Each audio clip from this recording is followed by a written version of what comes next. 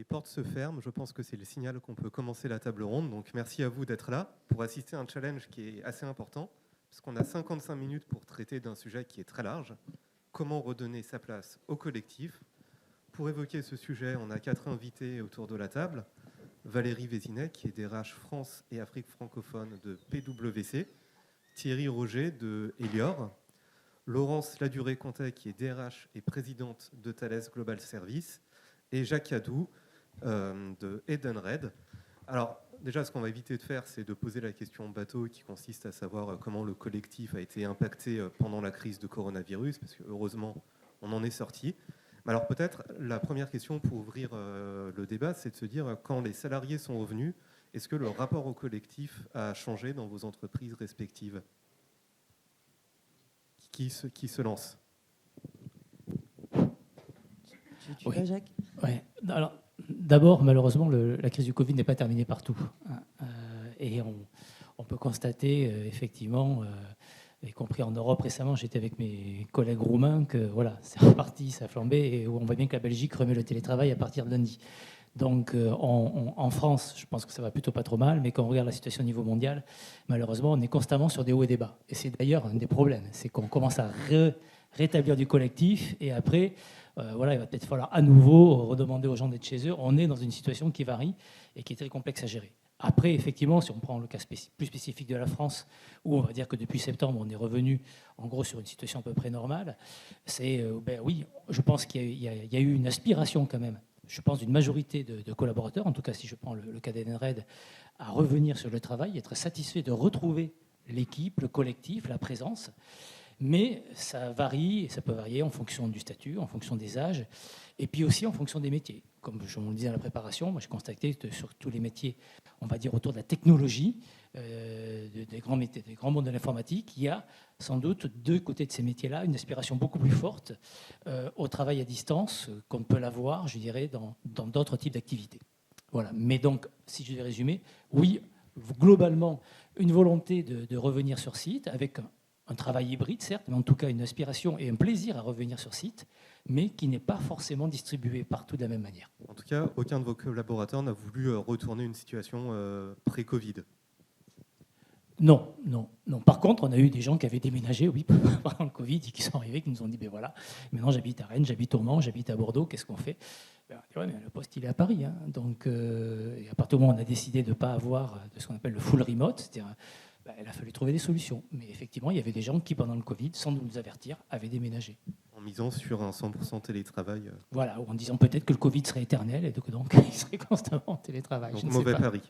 Pardon ? Mauvais pari, du coup. Mauvais pari, oui, en tout cas, oui, pour nous, mais dans d'autres sociétés, c'est peut-être différent. D'accord, alors chez PwC, comment ça s'est passé ? Alors, tout le monde a lié le collectif au présentiel. C'était le monde d'avant. Donc, on a travaillé chez PwC avec un contexte, c'est quand même un contexte de monde du conseil et de l'audit dans lequel on n'a pas tellement de population sédentaire. Donc, on n'était déjà pas tout le monde sur le même site en même temps. Donc, plus facile pour nous. Mais on a travaillé à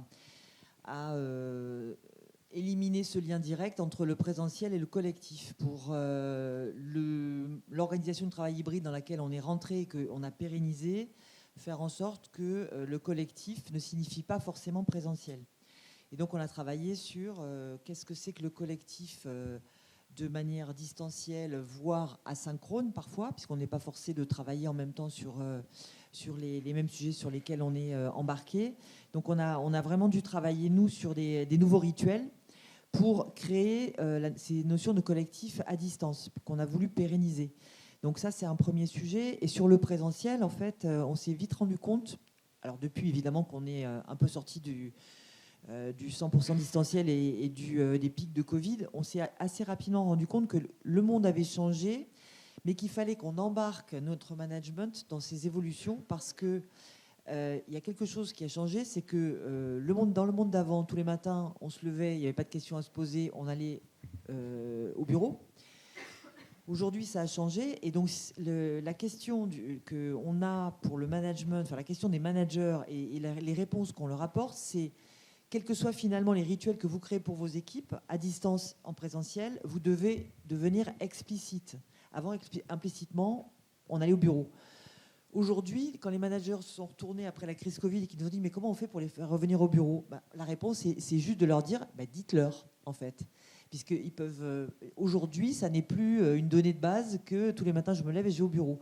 Donc on doit, en tant que manager, et c'est ce qu'on qu'on commence à leur apprendre, parce que c'est long de changer des pratiques qui duraient depuis des années, on leur apprend à créer ces fameux rituels à distance aussi, et à passer en mode explicite. C'est-à-dire pour que mes salariés reviennent et mes équipes reviennent quand j'ai besoin qu'ils soient là, je dois leur dire, et de manière très explicite. Je ne peux plus m'attendre à ce que par défaut ils soient là. Voilà, ça c'était les enseignements de la crise. Alors du côté d'Elior, comment ça s'est passé, sachant que vous avez une particularité par rapport aux autres entreprises, c'est que vous avez beaucoup de personnel qui travaille dans les cuisines et donc qui sont obligés d'être sur site. Alors nous, effectivement, la grosse majorité du personnel n'a jamais été en télétravail et il ne s'est jamais arrêté pendant l'ensemble de la crise, puisque les restaurants ont continué à tourner, que ce soit dans l'éducation ou sur la santé. Donc ça concerne principalement les directions régionales et le siège. Aujourd'hui, on n'est pas encore revenu complètement, puisqu'on continue à imposer sur ces populations-là 2 jours de télétravail et donc 3 jours de présentiel. Par contre, effectivement, depuis septembre, on travaille également sur un nouveau collectif, puisqu'on sait très bien qu'on ne reviendra jamais à une situation où 100% de la population sera là du lundi en vendredi sur les sièges. Donc on est en train de travailler et de réinventer toute cette culture du collectif autour d'équipes qui seront hybrides. C'est-à-dire qu'il y aura toujours en permanence quelques personnes à la maison, des personnes sur le siège, que ce soit pour des réunions, que ce soit pour le quotidien du travail. Donc là, aujourd'hui, tout l'enjeu est de réinventer les routines, de réinventer les organisations de travail au sein des équipes, de réinventer les one-to-one, enfin tous les rituels qui existaient avant le 18 mars 2020. Tous ces rituels, il faut les réinventer dans un système où on aura une partie de la population qui sera à distance et une partie de la population qui sera en physique. Donc tout l'enjeu, il est là aujourd'hui. Ce qui est le cas dans beaucoup d'entreprises, et spécialement dans la vôtre, c'est que vous avez, j'imagine, des cadres qui sont au siège, qui ont un emploi qui est potentiellement télétravaillable à 100%, et d'autres qui sont obligés d'être en cuisine. Est-ce qu'il n'y a pas un sentiment de deux poids, deux mesures qui peut mettre à mal un collectif global ? C'est tout l'enjeu. Après, non, puisque les populations aujourd'hui qui sont sur le terrain et en cuisine, ça ne leur viendrait même pas à l'idée de demander le télétravail. Enfin, sur ça, la question ne se pose pas. Et puis, entre les deux, on a des populations qui sont itinérantes entre la cuisine et le siège. Et donc, c'est plutôt sur ces gens-là qu'il faut trouver, parce que ces gens-là ne rentrent pas ne font pas du télétravail au sens une journée de télétravail, c'est-à-dire qu'ils peuvent être le matin sur des sites en cuisine et puis finir leur journée à la maison sur traiter des sujets sans repasser par la direction régionale. Donc c'est plutôt sur ces populations un peu itinérantes qui ont un métier où ils doivent être quand même un petit peu chez les clients sur le terrain et puis en même temps dans un bureau.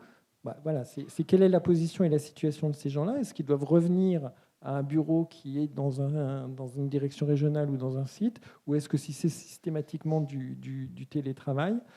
Donc là, aujourd'hui, on est encore en train de chercher et travailler là-dessus. Donc on travaille vraiment en coopératif à travers des ateliers avec tout le monde pour trouver le meilleur équilibre entre les populations. Mais il n'y a pas de rupture forte entre les employés ou les équipes qui sont aujourd'hui dans les cuisines, qui savent très bien que le distanciel pour eux est complètement impossible parce que c'est lié à l'outil de travail, aux produits, à la marchandise et aux convives. Quand vous êtes dans une maison de retraite, il y a aussi le convive. Et donc le convive, vous ne pouvez pas le traiter en télétravail, lui. Donc forcément, le présentiel... Donc il n'y a pas la question, non.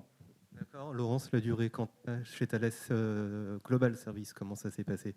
Alors, je vous en dirai un petit mot, mais on a eu un échange juste avant. Et pour rebondir sur ce que vous venez de dire, on partageait notre constat dans cette période que des fonctions qu'on soupçonnait pas forcément, voire qu'on considérait même pas télétravaillables, s'étaient retrouvées du jour au lendemain à 100% en distanciel pour clôturer les payes, faire les comptas.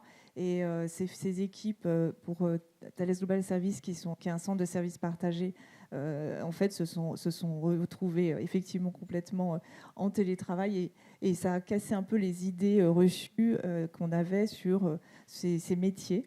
Et on a partagé cette expérience commune qu'on pouvait tout à fait télétravailler dans ces métiers-là et qu'il fallait quand même maintenir et continuer à créer ce collectif.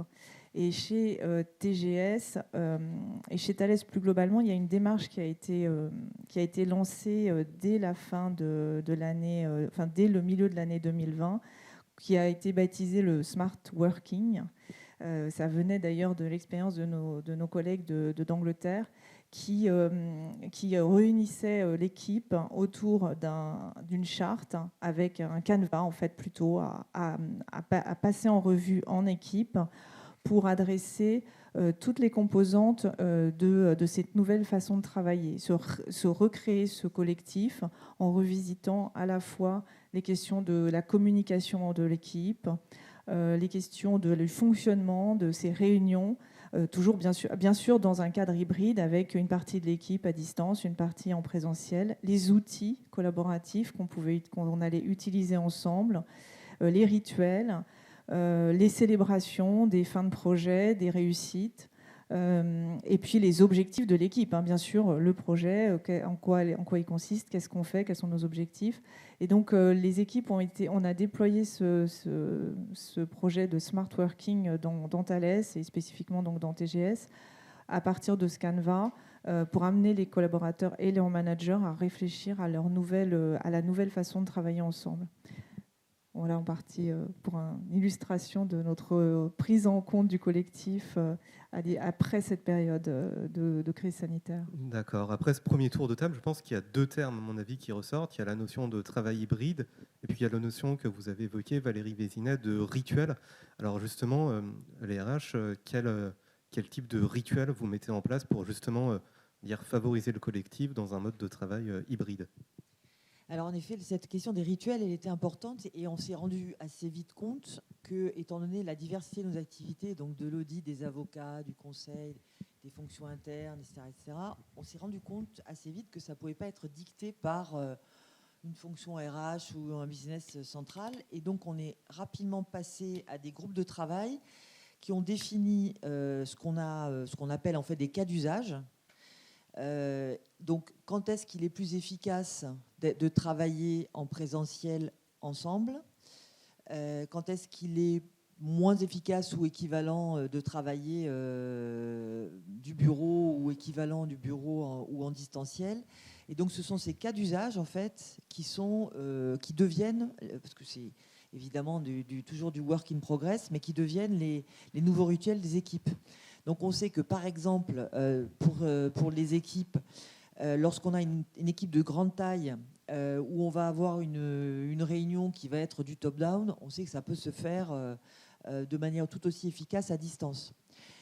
Autre exemple inverse, on sait par ailleurs que, par exemple, pour nos équipes qui travaillent sur les fusions-acquisitions, qui sont sur des due diligence, donc des périodes de début de phase projet, on sait que c'est plus efficace d'être dans la même salle pour brainstormer sur la façon dont on va s'organiser et organiser la mission. On sait que c'est plus efficace d'être tous ensemble dans la même pièce.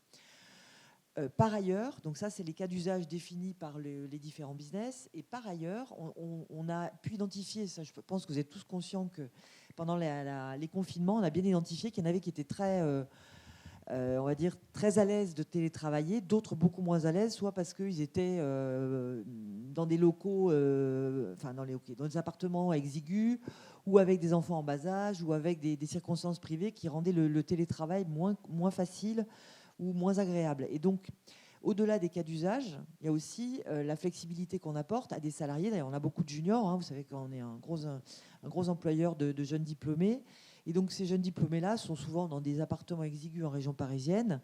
Ils ont souvent besoin de recréer l'effet campus qu'ils avaient sur les écoles. Et donc, c'est à leurs mains, et d'ailleurs, ils le font en mode communautaire, même s'il n'y a pas le cas d'usage ce jour-là de venir au bureau, de se retrouver pour aller déjeuner dans le restaurant d'entreprise et puis se retrouver dans l'open space ensemble. Il y a aussi cette notion d'informel qui se crée par réseautage simplement entre les collaborateurs. Donc voilà, le message, c'est c'est créé par le business, mais aussi ça vient des collaborateurs et en aucun cas ça peut être édicté de manière, enfin en tout cas c'est comme ça qu'on le vit, de manière uniforme par l'entreprise. Donc c'est pas le siège qui décide des rituels, c'est une sorte de décentralisation et c'est au sein, je sais pas comment on dit, des business units. Voilà, des business units, voilà, tout à fait. Et est-ce que vous voyez une différence, parce que vous êtes un groupe transnational, entre les salariés français qui sont peut-être moins habitués à télétravailler que les internationaux? Alors oui, on la voit, la France a rattrapé, je pense, son retard là aujourd'hui, mais on était un pays qui était très en retard par rapport aux anglo-saxons, voire même déjà en Europe continentale, on n'était pas en avance sur le télétravail. Donc évidemment, là, on a fait un pas de géant pendant la crise sanitaire, mais en effet, ce qu'on ne peut pas négliger dans notre environnement culturel local, c'est notre culture du présentiel. Et donc, il y a encore cette culture qu'on voit fleurir de la machine à café, du présentiel tard le soir, et ce genre de choses. Et c'est important de vraiment continuer à travailler cette culture, parce qu'on sait que ça, c'est sur du temps long qu'on la modifie, de façon à pouvoir mettre en œuvre vraiment ces nouveaux rituels pleinement, sans que cette petite musique de la culpabilité du collaborateur continue à se jouer. Cette musique de culpabilité, vous voyez une différence entre, on va dire, les millennials, même si je n'aime pas trop le terme, on va dire les jeunes diplômés, et les plus capés? On la voit dans le sens où, en fait, les plus jeunes, ils ont besoin de comprendre, ils avaient besoin de comprendre pourquoi on vient au bureau, en fait, c'est-à-dire en présentiel au bureau. Donc, c'est des questions qu'ils nous ont posées, mais pourquoi je reviendrai au bureau, moi, en fait? Donnez-moi des raisons. Alors que les plus anciens, ils ne se posent pas la question parce que leur rituel, c'était aller au bureau tous les matins. Donc on a vraiment vu assez vite la différence à partir du moment où on est sorti des premiers confinements et où des nouvelles expériences ont pu être testées. Alors Jacques Adouche et Edenred, qui est une entreprise, c'est peu connu, mais en fait vous êtes une fintech. Comment ces rituels se sont mis en place et comment ils se sont déployés? La difficulté déjà, c'était de trouver de nouveaux rituels. Parce qu'on va dire qu'avant le Covid, il y avait une organisation du travail qui était assez claire. Pendant le Covid, on a trouvé des nouveaux rituels, puisque à un moment, au pic du Covid, on a eu au niveau mondial jusqu'à 97% des collaborateurs en télétravail. Donc déjà, ça prouvait quelque chose, c'est qu'on pouvait faire tourner une entreprise sans personne au bureau. 97%, ça veut dire qu'en gros, il y avait Bertrand Dumazy, puis son COMEX qui venait de temps en temps, puis c'est tout, quoi. À partir du moment où on revient, on s'est dit, c'est quoi le bon système? Parce que, certes, cette période de télétravail global nous a permis de tester à la fois bien la solidité de nos systèmes, de nos fonctionnements, l'engagement de nos collaborateurs. Et de ce côté-là, ça a été très positif. Et je me félicite d'ailleurs, début mars, d'avoir organisé un crash test au niveau mondial. Au moins, on était prêts le jour où c'est arrivé. Mais par contre, dire tout ça, on s'est dit, voilà. Et il y avait aussi cette musique qui disait, mais finalement, ça augmente la productivité, c'est beaucoup mieux, etc. Alors oui, peut-être ça a augmenté la productivité, parce qu'effectivement, si on a 2 heures de transport tous les jours et si on n'a plus ces 2 heures-là, on peut se dire qu'on passe plus de temps à consacrer à son travail et qu'il y a un meilleur équilibre dans la vie privée et professionnelle. Par contre, quelle est derrière l'efficacité collective? Et je crois qu'il ne fallait pas confondre productivité individuelle et efficacité collective. Et je regrette, dans tout ce qui est créatif, lorsque vous avez besoin d'imaginer, de créer, où vous avez effectivement cette communion des individus qui, autour d'une table, dans une salle, va donner quelque chose, vous ne l'avez pas, ça, en visio. En tout cas, moi, j'en suis personnellement convaincu. Donc, on s'est dit, c'est quoi le bon équilibre? Et on a donné une consigne au niveau mondial en disant, l'idée, ce serait quand même qu'il y ait plus de présentiel que de travail à distance, en disant 3 jours sur site et 2 jours à la maison, mais toujours sur la base du volontariat. Ça veut dire que si des personnes veulent venir 5 jours, ils peuvent venir 5 jours. S'ils veulent venir 4 jours, ils peuvent venir 4 jours. Et avec beaucoup de souplesse. Voilà. Et on s'aperçoit qu'en gros, dans les pays qui sont pas encore, qui sont revenus à un système à peu près normal comme celui de la France, c'est à peu près 80% des personnes qui prennent effectivement ces 2 jours de télétravail, mais il y en a quand même 20% qui viennent tous les jours, qui continuent à venir tous les jours. Ce qui prouve qu'il y a quand même une aspiration pour certaines personnes à être vraiment sur site. Et après, on s'est dit, voilà, on laisse, comme chez mes confrères, on laisse pas mal d'autonomie. Parce que, effectivement, en fonction des équipes, en fonction des besoins, en fonction de la saisonnalité aussi, vous avez en finance, on sait très bien que quand il y a les clôtures, il y a peut-être plus de nécessité d'avoir tout le monde en même temps autour de la salle, et dans la salle, et puis dans d'autres activités, ça va être différent. Donc, on laisse au manager pas mal d'autonomie pour gérer ces 3 jours de jour, un peu comme il le souhaite, comme il le sent, mais toujours en disant, il faut quand même qu'il y ait cette présence, une majorité du temps, parce qu'on croit à la proximité humaine et on croit à la capacité beaucoup plus forte, à la capacité créatrice beaucoup plus forte lorsqu'on est ensemble que lorsqu'on est à distance. Vous dites que vous avez 20% de vos collaborateurs qui sont volontaires pour retourner chaque jour sur site. Après, vous êtes une fintech et je sais que dans la tech, il y a beaucoup de salariés qui se disent nous, on peut être 100% distanciel et avoir un collectif qui marche. Est-ce que vous n'avez pas perdu des talents du coup avec cette règle ? Alors, vous avez raison, effectivement, c'est que là où je dois nuancer mon propos, c'est par rapport aux professions, comme je l'ai dit en introduction, sur vraiment les fonctions IT, tech, où là, on sent que effectivement, on a beaucoup plus de mal et que même dans le recrutement, quand vous dites c'est uniquement 2 jours de travail à distance, ça coince. Donc, on est d'ailleurs en train de réfléchir à peut-être avoir un statut différencié pour ce type de population, où là, et au niveau ça c'est pour les populations, et au niveau géographique, en Amérique du Nord, c'est très difficile. Il y a une habitude du travail à distance en Amérique du Nord qui est très très marquée. Et ils étaient déjà, eux, dans certains environnements, en travail à distance quasiment à 100%. Et donc là, cette notion-là de collectivité est tout à fait différente, je ne dirais pas seulement de l'Europe, mais presque du reste du monde.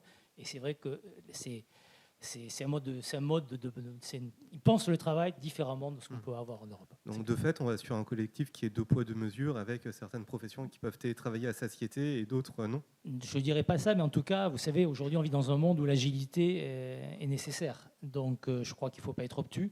Mais comme je vous l'ai dit, je pense que si je sors ces populations tech et si je sors l'Amérique du Nord, l'immense majorité des collaborateurs, on a fait des enquêtes après la mise en place assez rapide de ces systèmes, et l'immense majorité des collaborateurs est très satisfait avec ces 2 jours, 3 jours.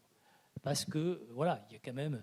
Aller au travail n'est pas juste une contrainte ou une douleur. C'est aussi, Dieu merci, un plaisir pour beaucoup de personnes. Donc chez TGS, vous, on va dire, je ne sais pas comment on dit, pour écrire ou constitutionnaliser ces nouveaux rituels, vous avez mis en place une charte, c'est ça ? Oui, c'est un petit peu ce dont je parlais tout à l'heure, autour du smart working, avec la formalisation par l'équipe. Et je reviendrai également sur ce que vous disiez, c'est-à-dire trouver le bon endroit individuellement et collectivement où travailler. Et faire travailler l'équipe et le manager avec son équipe sur ce choix-là du meilleur endroit, que ce soit à domicile, que ce soit dans d'autres sites. On a aussi initié des possibilités en fait, pour les collaborateurs d'aller travailler sur d'autres sites Thales quand ça leur facilite les trajets. Et si je prends un exemple concret, un site à Elancourt, un site à Vélizy, et quand on arrive de Toulouse, par exemple, à Orly, c'est plus facile de venir à Vélizy, même si ses interlocuteurs sont à Elancourt. Donc, créer ces facilités de se changer de site, même si il faut dépasser quelques contraintes de sécurité pour permettre aux salariés de trouver le meilleur endroit pour leur rencontre. Et donc, qui dit rencontre dit présentiel et dit également le besoin en fait, des collaborateurs de se retrouver. Etc. Donc, il y a aujourd'hui, effectivement, finalement, c'est presque plus simple ou quand tout le monde est là ou quand personne n'est là. L'hybride, ça doit être un peu un mélange de tout et ça nécessite énormément de doigté parce qu'il faut gérer effectivement les priorités, les égos, les différences, etc. Et puis, parfois, des situations difficiles, il y a des gens qui disent, ben voilà, c'est où j'ai 4 jours ou 5 jours, où je pars. Et là, il faut savoir dire, ben, OK, tu pars. Et là, les ressources humaines, on a un rôle assez fort parce qu'il y a souvent des situations, moi j'ai eu des situations depuis quelques semaines, où des personnes, pour X ou Y raison, disent non, je veux un full remote parce que je suis mon conjoint ou j'ai envie de vivre une autre vie, etc. C'est parfois des gens à très haut potentiel qui ont été identifiés comme tels et on doit accepter, entre guillemets, de sacrifier par rapport, je dirais, au collectif qu'on a mis en place. Parce que si vous commencez à faire une exception, c'est fini. Ou alors, sauf si ça concerne tout un pays, comme on a pu dire pour l'Amérique ou les États-Unis. Mais là, si dans une équipe, vous commencez à dire, toi, tu peux y aller, et toi, quelle que soit la raison, c'est fini. Et ça, il faut avoir la force, pour un manager, de dire, je perds en haut potentiel parce que cette personne veut 4 jours ou 5 jours de télétravail par semaine, et je ne l'accepte pas, parce que sinon, je détruis mon collectif. Et ça, vous l'assumez ? On l'assume totalement. S'était trouvée peu prise au dépourvu, elle, dans la situation de passage en confinement, etc. Elles ont continué à fonctionner assez facilement parce qu'elles avaient déjà cette habitude. Donc on a simplement déployé plus largement ces formations. En parallèle de quoi, on a eu des transformations de certaines de nos fonctions, en particulier sur la fonction IS/IT et la redéfinition de rôle. Et ce qui est une évolution du côté du rôle du manager qui est très importante, c'est qu'on a redécoupé la responsabilité vraiment managériale qu'on a affectée en fait selon des méthodes que vous connaissez, qui sont les méthodes agiles. On a affecté le rôle du manager à une personne dédiée pour une équipe et on a donné un rôle plutôt de compétences techniques et d'entraînement technique de l'équipe à une autre personne.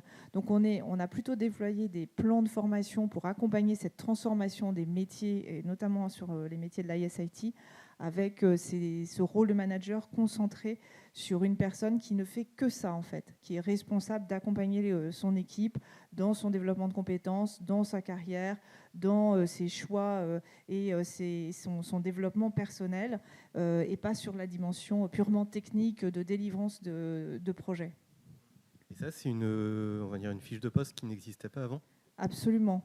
Donc on parle de chapter lead, ou de tribe leader aussi. Donc tous ces vocabulaires qui viennent des pays anglo-saxons et qui permettent de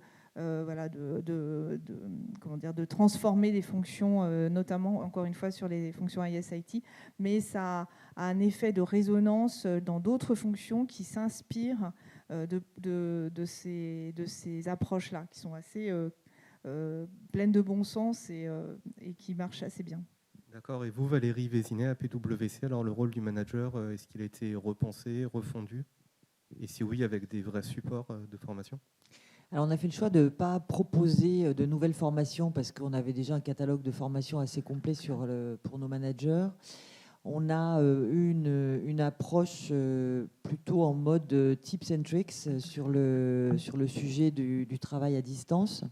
Et donc on a eu une approche d'organisation d'ateliers courts pour partager des bonnes pratiques en fait, donc, et de co-construction, donc de faire en sorte qu'il y ait un échange entre ces managers eux-mêmes, puisque on sait tous qu'on est dans des approches test and learn actuellement, et donc l'idée c'était que ceux qui avaient testé des bonnes pratiques puissent les partager aux autres et que nous on puisse aussi délivrer des bonnes pratiques à tester et à faire avancer.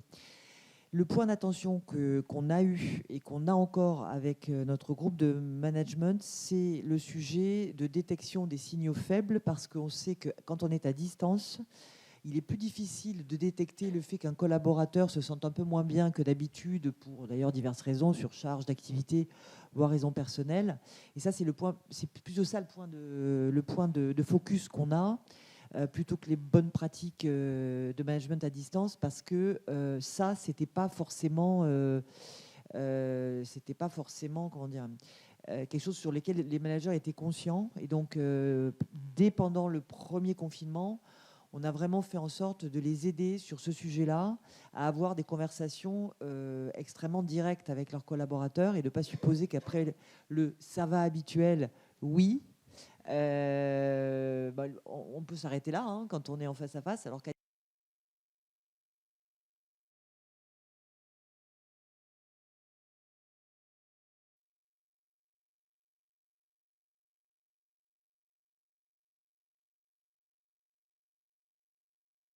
et donc c'est sur ces sujets-là de la santé mentale et la détection de ces signaux qu'on a beaucoup plus focalisé. D'accord, donc tout ça, ça a vraiment changé et repensé le rôle de manager, mais finalement, vous, qui êtes vraiment des professionnels des RH, est-ce que votre quotidien, il a été impacté par ce mode de travail hybride? Est-ce que vous avez été plus contacté par vos salariés, moins? Comment ça s'est passé? Je ne sais pas si on n'a pas été plus ou moins contacté par les salariés. Par contre, oui, notre travail a changé, notamment dans l'accompagnement des managers, je pense, et dans l'accompagnement puisque finalement, on est sur une transformation globale de ce qu'est l'entreprise quelque part. Et donc, c'est plutôt de ce point de vue-là, aujourd'hui, où on est assez challengé et assez attendu, en tout cas en ce qui me concerne.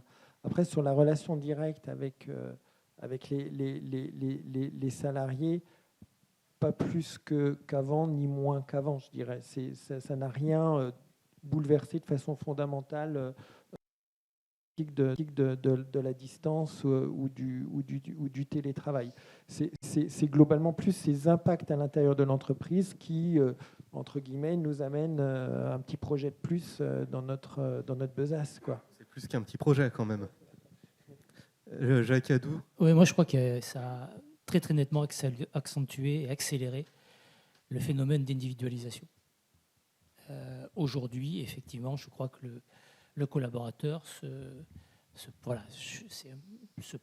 pense, je dirais, comme presque une entité autonome et a envie d'avoir quelque chose de plus en plus à la carte. Et cette période-là, je dirais, de travail à distance à 100%, a encore plus accentué en disant, ben voilà, moi, celui qui veut un jour, celui qui veut 2 jours, celui qui veut travailler à distance dans un autre bureau, etc. Enfin, donc, pour moi, ça a accentué ce phénomène et donc ça a complexifié encore plus le rôle du manager qui doit...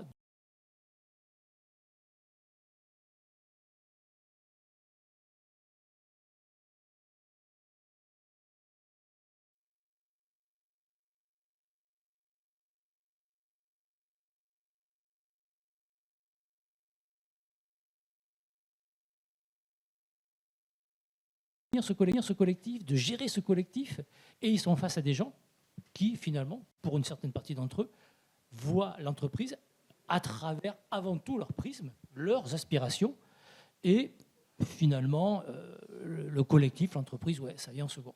Alors, ce n'est pas le Covid qui a créé ça, mais pour moi, j'ai vu quand même un accélérateur extrêmement puissant ces 2 dernières années. D'accord, chez TGS, ça s'est passé comment ? Alors, je repensais à quelque chose qu'on a fait pendant cette période-là, qui était vers les collaborateurs et vers les managers, où on a vraiment beaucoup communiqué.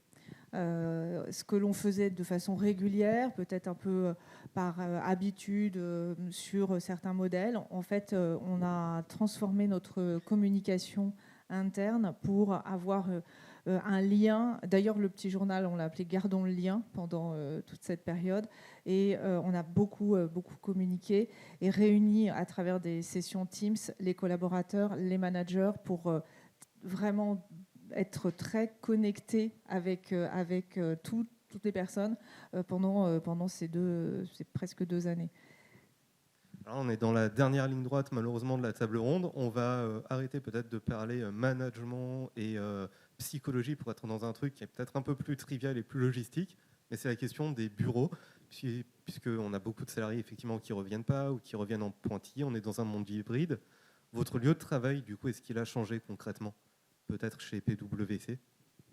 Alors nous, on était déjà en flex office depuis plusieurs années, donc voilà, ça s'était déjà fait. Alors, ceci dit, on le fait évoluer de 2 façons, c'est-à-dire qu'on avait des open space, donc on est en train de faire évoluer notre équilibre espace de travail open space pour accroître la proportion d'espaces de travail modulaires, parce qu'évidemment, on viendra pour travailler collectivement et non plus pour être assis avec son casque dans un open space. Donc ça, c'est un sujet sur lequel on est en train de travailler et qu'on a déjà commencé à faire évoluer. Et au-delà de ça, on est en train aussi de tester la modularité des espaces modulaires, donc c'est-à-dire pouvoir faire bouger finalement presque les cloisons et les bureaux de façon à adapter sur un même plateau pour des besoins projets, pour des besoins même au quotidien, finalement l'espace dont on a besoin pour travailler. Donc là, on rentre vraiment dans des tests de modularité extrême de nos locaux pour pouvoir s'adapter sur un temps très court à nos nouveaux besoins. Chez Thales, Global Service ? Oui, on est parti tout à fait dans les mêmes réflexions, en partant du constat qu'on a un taux de présence qui est de 60%.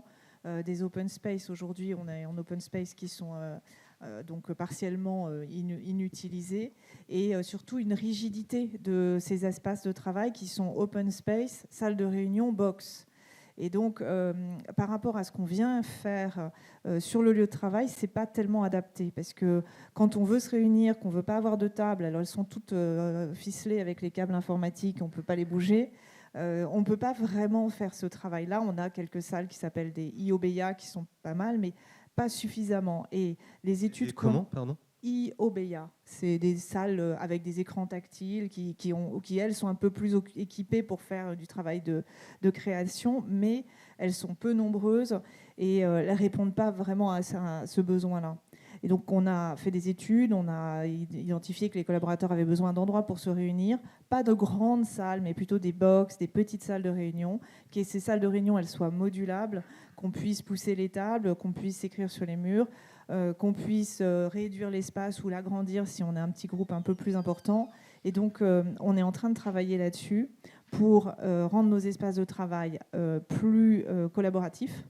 Et donc aussi réduire l'espace pris par les bureaux pour le gagner, puisque les surfaces en mètres carrés sont finies, on ne construit pas. Donc on va réduire les espaces de bureaux, augmenter les espaces collaboratifs et aussi réduire globalement la surface sur laquelle le même nombre de collaborateurs est installé pour optimiser nos surfaces et nos mètres carrés. Ça n'a pas encore été totalement mis en place. En fait, on a démarré ce projet-là. Et il s'appuie sur des études et sur un cahier, une politique du groupe Thales en matière d'espace et d'aménagement des espaces qui ressemble, qui est très proche de ce que venait de dire Valérie. Et chez Edenred ? Si vous voulez, tout le monde a laissé quand même cette grande autonomie partout aux managers pour organiser ce présentiel sur les bureaux. On s'est dit qu'on allait se laisser au minimum 6 mois pour voir ce que ça donnait. Donc, tous les mois, on regarde les statistiques du nombre de personnes qui sont tous les jours sur site, combien il y en a le lundi, combien il y en a le vendredi, et est-ce qu'on a des journées où il n'y a personne, d'autres où c'est archi plein. Et après, on verra. Après, c'est clair qu'il y a un sujet économique derrière tout ça. À partir du moment où vous commencez à mettre 2 jours ou 3 jours de télétravail par semaine, ça veut dire qu'en moyenne, vous avez 25 ou 30% de votre surface qui n'est pas occupée. Donc, ça veut dire que vous payez pour rien 30%, 35% de la surface que vous louez. Quand vous connaissez les prix des loyers dans les grandes villes, Londres, Paris, Sao Paulo, Singapour, à un moment, le financier vient vous voir. Hein, il dit « Bon, Jacques, tu es très sympa avec ta flexibilité, mais bon, moi, si je peux retirer 30 ou 35% d'économie sur mon immobilier, je ne crache pas dessus. » Donc, inévitablement, en un moment, on se posera la question, est-ce qu'on passe sur un peu plus de flex-office ou est-ce qu'on impose une présence peut-être pour réguler les flux? Mais c'est vrai que peu d'entreprises, je pense, peuvent se dire j'ai 30% ou 35% de mètres carrés qui finalement ne me servent à rien.